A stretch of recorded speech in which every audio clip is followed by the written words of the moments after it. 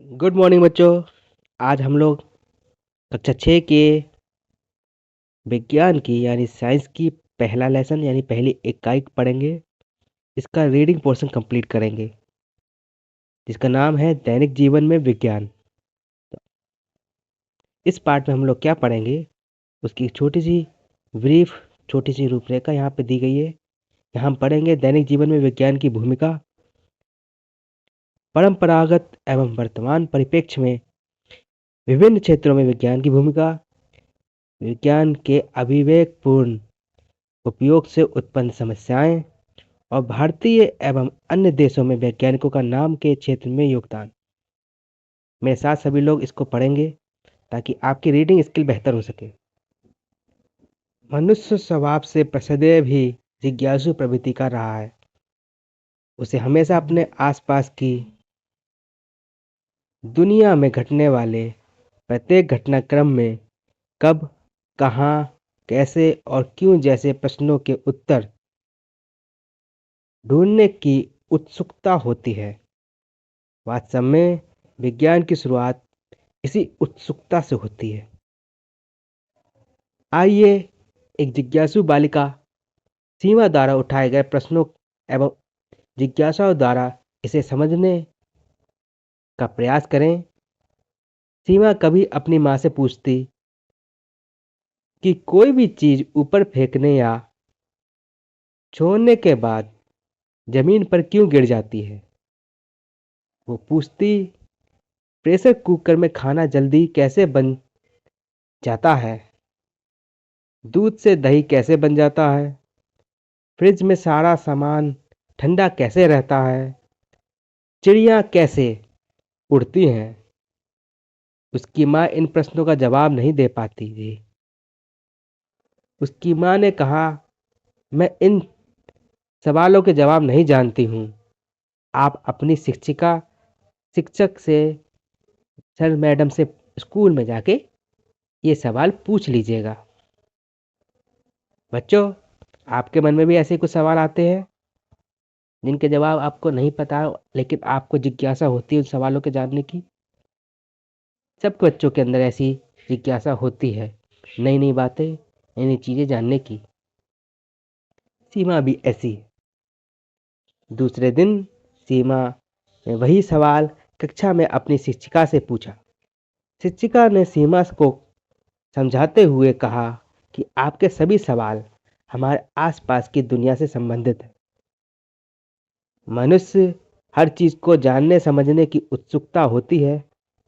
यह उत्सुकता देखने, छूने, सूंघने, स्वाद चखने या सुनने के कारण उत्पन्न होती है।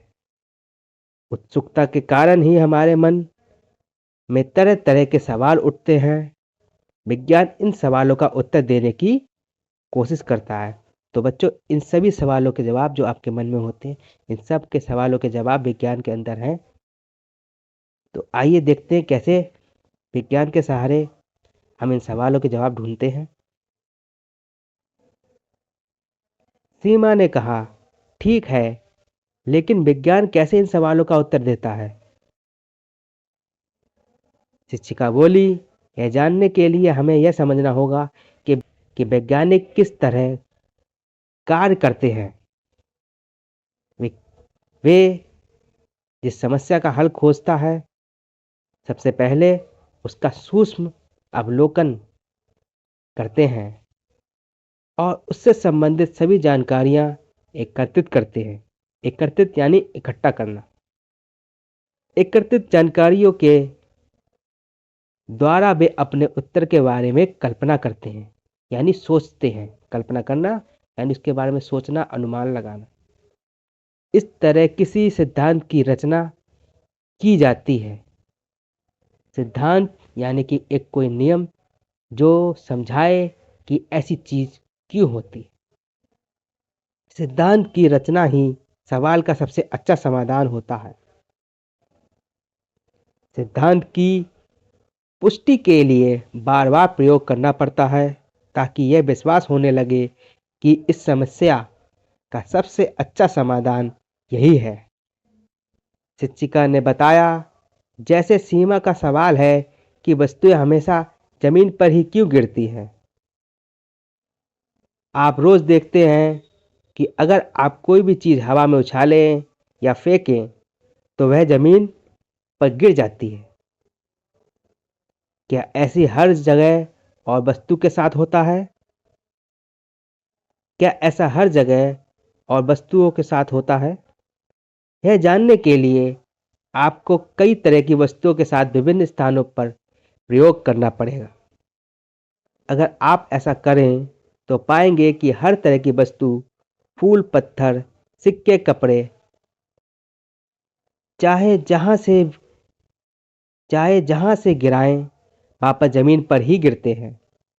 इसे देखकर महान वैज्ञानिक सर आइजैक न्यूटन ने यह निष्कर्ष निकाला कि पृथ्वी हर तरह की पृथ्वी हर वस्तु को गुरुत्वाकर्षण के कारण अपनी तरफ खींचती है, जिसकी वजह से प्रत्येक वस्तु पृथ्वी पर गिरती है।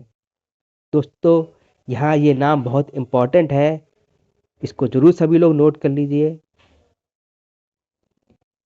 जब भी आपसे कोई पूछे कि किसने गुरुत्वाकर्षण की खोज की थी, तो आपको पता होना चाहिए कि गुरुत्वाकर्षण की खोज करने वाले वैज्ञानिक का नाम है आइजैक न्यूटन।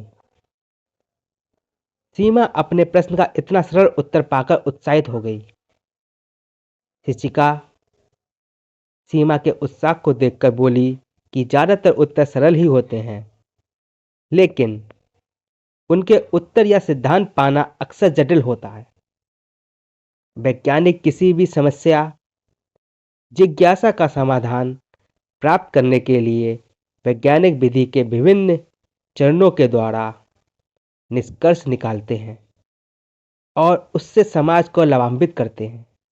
वैज्ञानिक विधि के विभिन्न चरण होते हैं।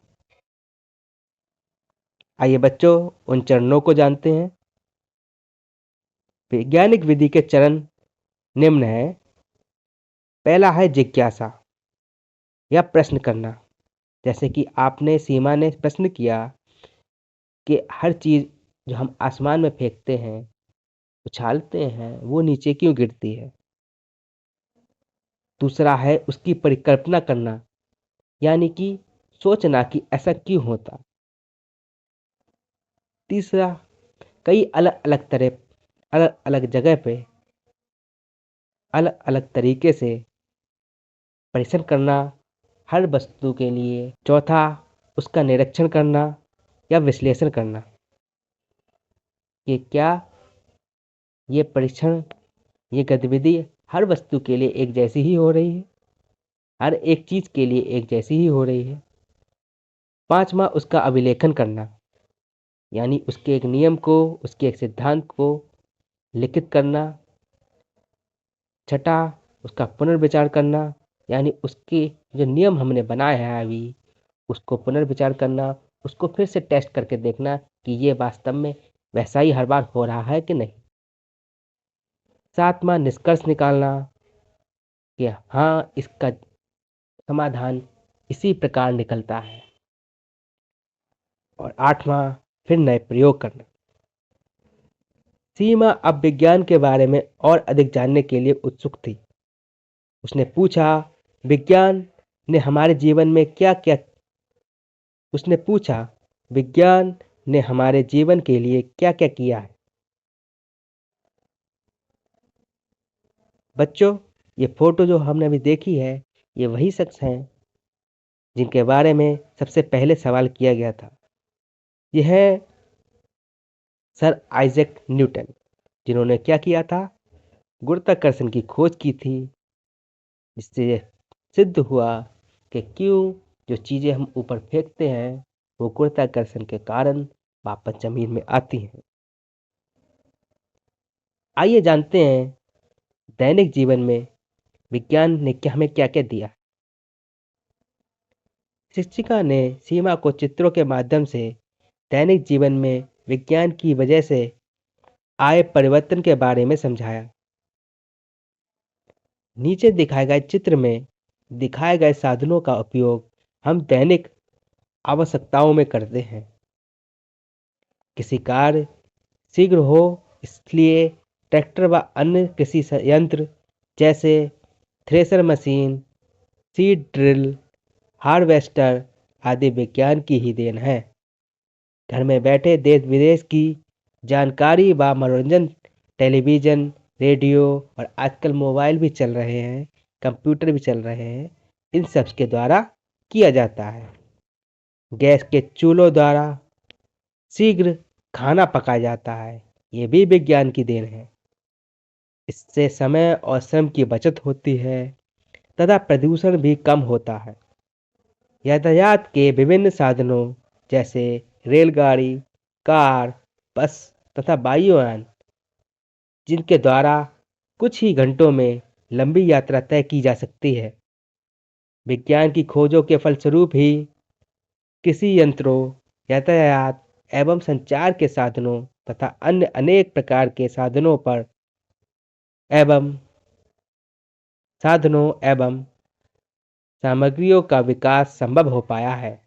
विज्ञान ने हमारी बहुत सी समस्याओं को जो भोजन, स्वास्थ्य और यातायात से जुड़ी हैं, को सुलझाने में सहायता की है। पंप तथा नहरें सिंचाई के लिए पर्याप्त मात्रा में पानी उपलब्ध कराती हैं।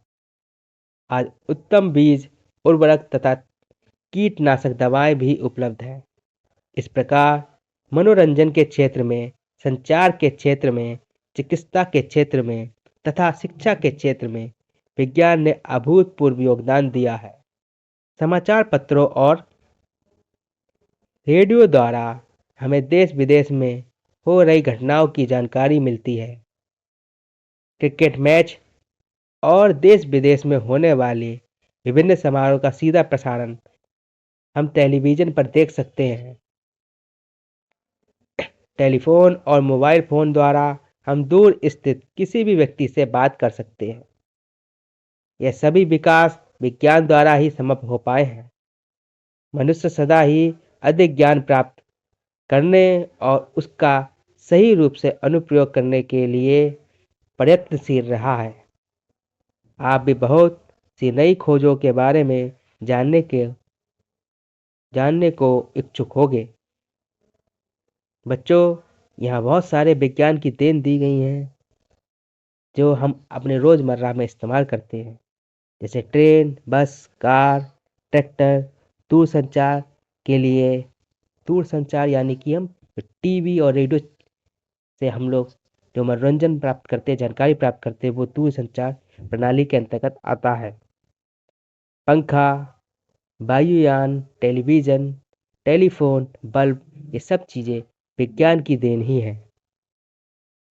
तो बच्चों, अब आप लोगों को समझ में आ गया होगा कि विज्ञान ने हमें क्या-क्या दिया है और उसके क्या-क्या फ़ायदे हैं। आइए जानते हैं परंपरागत एवं वर्तमान परिप्रेक्ष्य में विभिन्न क्षेत्रों में विज्ञान की भूमिका। विभिन्न क्षेत्रों में विज्ञान ने अपना योगदान दिया है। किस तरह विज्ञान ने योगदान दिया है, आइए जानते हैं। विज्ञान ने हमारे दैनिक जीवन में होने वाले बहुत से कार्यों को आसान बना दिया है। तालिका 1.1 में परंपरागत एवं वर्तमान में प्रयोग होने वाले साधनों को दर्शाया गया है। आइए देखते हैं। इस तालिका में दिया गया है कि किस तरह हम परंपरागत प्रयोग में आने वाले साधनों का उपयोग करते थे कुछ चीज़ों के लिए, और विज्ञान के द्वारा दी गई चीज़ों ने उन्हें और आसान कर दिया है। जैसे भोजन के लिए हम पहले मिट्टी का चूल्हा, मिट्टी के बर्तन और धातुओं के बर्तन का इस्तेमाल किया करते थे। आज के ज़माने में उनकी जगह गैस चूल्हे आ गए हैं। बिजली के और सोलर के कुकर आ चुके हैं। बिजली और सोलर के कुकर आ चुके हैं। स्टेनलेस स्टील के बर्तन आ चुके हैं जो काफ़ी आसान बनाते हैं हमारी ज़िंदगी को। कृषि में हल, बैल, कुआँ ये सब शब्द आपने सुने होंगे। गोबर की खाद ये भी आपने सुनी होगी। आज के ज़माने में विज्ञान की मदद से हल की जगह ट्रैक्टर ने ले ली है, जहाँ हम बैल की सहायता से अपनी खेती-बाड़ी किया करते थे, पानी निकाला करते थे कुएँ से, आजकल नहरें बना दी गई हैं और ट्यूबवेल की सहायता से हम पानी निकाल पाते हैं। गोबर की खाद की जगह हमें रासायनिक उर्वरक उपलब्ध हो चुके हैं, कीटनाशक दवाएँ उपलब्ध हो चुकी हैं और बेहतर बीज मिल चुके हैं। यातायात में जहाँ हम लोग पहले बैलगाड़ी, टांगा, घोड़ा गाड़ी इनके इस्तेमाल किया करते थे, आज विज्ञान की सहायता से हम बस, कार, स्कूटर, रेलगाड़ी, वायुयान इन सब में यातायात करते हैं। इसी प्रकार मनोरंजन के क्षेत्र में जहाँ पहले नाटक नौटंकी देख के अपना मनोरंजन करते थे, वहीं अब रेडियो आ गए, टेलीविज़न आ गए, वीडियो गेम्स आ गए, टीवी सिनेमा आ गया है। संचार के क्षेत्र में जहाँ हम पहले चिट्ठी, डाक का इस्तेमाल करते थे, वहाँ अब टेलीफ़ोन आ गया है, मोबाइल आ गए हैं, कंप्यूटर आ गए हैं। वहीं चिकित्सा के क्षेत्र में जहाँ रोगों की जाँच के लिए पहले हमें जड़ी-बूटी और झाड़-फूँक, घरेलू उपचार का उपयोग करना पड़ता था, वहीं आजकल हर तरह की जाँचें हैं, एक्स-रे, अल्ट्रासाउंड और हर तरह की दवाइयाँ उपलब्ध हैं। शिक्षा में जहाँ पहले गुरुकुल प्रणाली होती थी, वहीं आजकल कंप्यूटर, इंटरनेट का ज़माना आ गया है। अंतरिक्ष में जहाँ पहले दूरबीन से ही खाली तारे देख पाते थे, आज आज विज्ञान के क्षेत्र में हम कई तरह के सैटेलाइट्स के माध्यम से दूसरे ग्रहों में भी जा रहे हैं, चंद्रमा पे जा चुके हैं। जिस तरह विज्ञान की बहुत सारी फ़ायदे हैं, उसी तरह उसकी कुछ-कुछ समस्याएँ भी हैं। विज्ञान ने अनेक असंभव लगने वाली बातों को भी संभव कर दिखाया है। जीवन का कोई भी ऐसा क्षेत्र नहीं बचा, जिसमें विज्ञान ने प्रभावित न किया हो। विज्ञान से मनुष्य को जहाँ अपार सुविधाएँ प्राप्त हुई हैं, वहीं इसके दुरुपयोग, अनियमित उपयोग से अनेक संभावनाएँ भी उत्पन्न हुई हैं। जैसे विज्ञान की प्रगति के फलस्वरूप यातायात के क्षेत्र में पेट्रोल, डीजल चलित वाहनों की वृद्धि के कारण पर्यावरण असंतुलन और प्रदूषित हो रहा है। रासायनिक उर्वरक एवं कीटनाशक दवाओं के उपयोग से कृषि उत्पादों में अत्यधिक वृद्धि हुई है, किंतु अनुचित प्रयोग से मृदा प्रदूषण एवं जल प्रदूषण संकट उत्पन्न हो गया है। नदियाँ प्रदूषित होती जा रही हैं और किसान के मित्र कहे जाने वाले केंचुए, साँप आदि की संख्या घटती जा रही है। भूजल के अनियमित दोहन से भूजल स्तर नीचे खिसकता जा रहा है, जिससे कुएं एवं तालाब सूखते जा रहे हैं।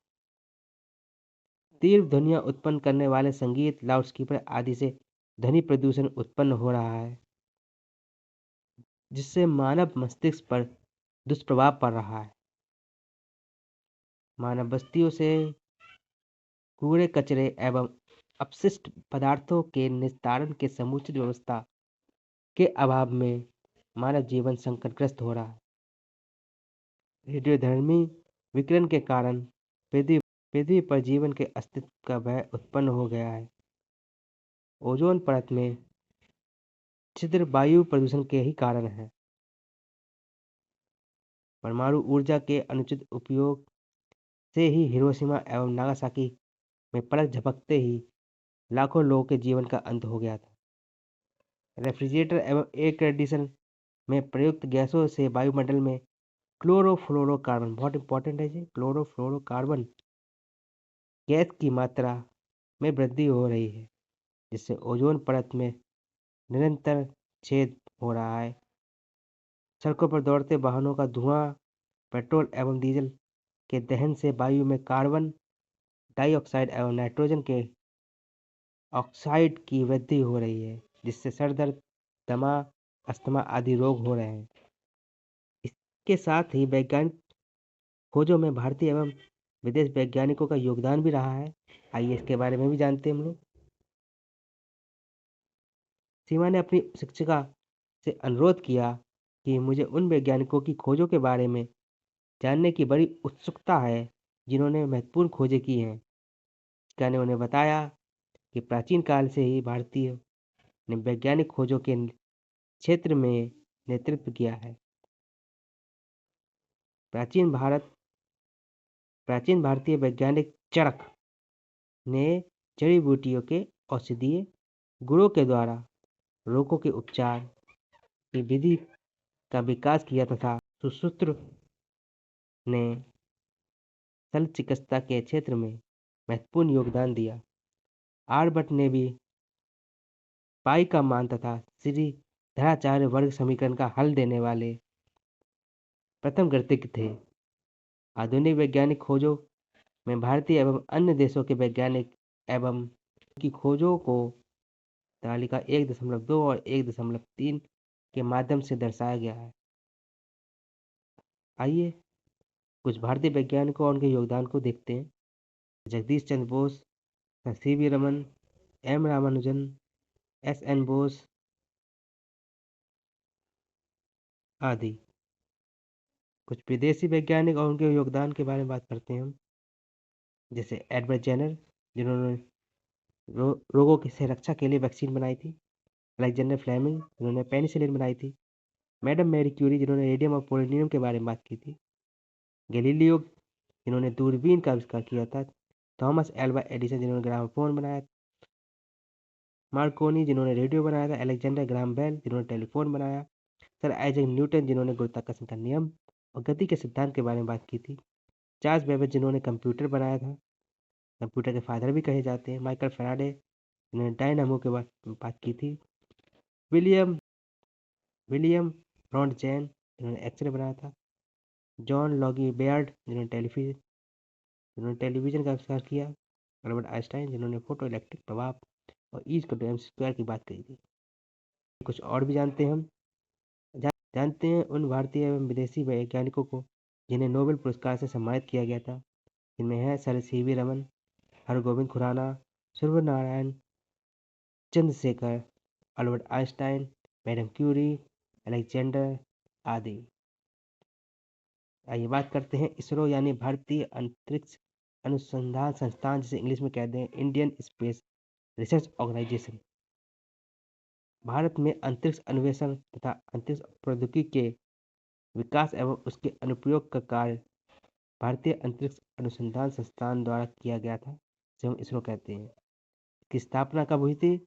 स्थापना हुई थी 15 अगस्त 1969 को। इसरो का मुख्यालय कहाँ था? बेंगलुरु में था। यहाँ कृत्रिम उपग्रहों को डिजाइन करके निर्माण किया जाता है। कृत्रिम उपग्रह भी पृथ्वी की परिक्रमा करते हैं।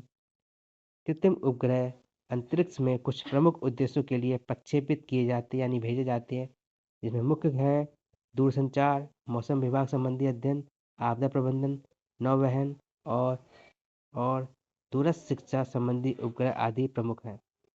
तो बच्चों, हमने क्या सीखा आज? हमने सीखा दैनिक जीवन में विज्ञान की देन ने जीवन को बहुत सरल और सुगम बनाया है। इसके योगदान से विकास संभव हो सका है। विज्ञान के खोज से आविष्कारों का दुरुपयोग भी हो सकता है, इसलिए इसे बड़े ध्यानपूर्वक इस्तेमाल करना चाहिए और इसको अच्छी तरह ही इस्तेमाल करना चाहिए। परमाणु बम, हाइड्रोजन बम जैसी चीज़ें का निर्माण हुआ है जो इनके दुरुपयोगों में गिने जाते हैं, जिनसे नुकसान भी हो सकता है। विज्ञान की प्रगति के फलस्वरूप वाहनों, कीटनाशक दवाओं के उत्पादन आदि में अत्यधिक वृद्धि हुई है, जिससे बढ़ती जनसंख्या की मांगों की आपूर्ति हुई है, परंतु इससे पर्यावरण असंतुलित और प्रदूषित हो रहा है और मानव जीवन संकट में होता जा रहा है। तो बच्चों, यहाँ से चैप्टर 1 का ये रीडिंग पोर्शन समाप्त होता है। उम्मीद है आपको पसंद आया होगा। जो भी सवाल इस संबंधित में हो आपके, वो कमेंट बॉक्स में मुझे ज़रूर शेयर कीजिए, ताकि इसके सॉल्यूशन हम लोग मिल के निकाल सकें। तो बच्चों, आज की क्लास ख़त्म होती है। थैंक यू, सभी को गुड लक।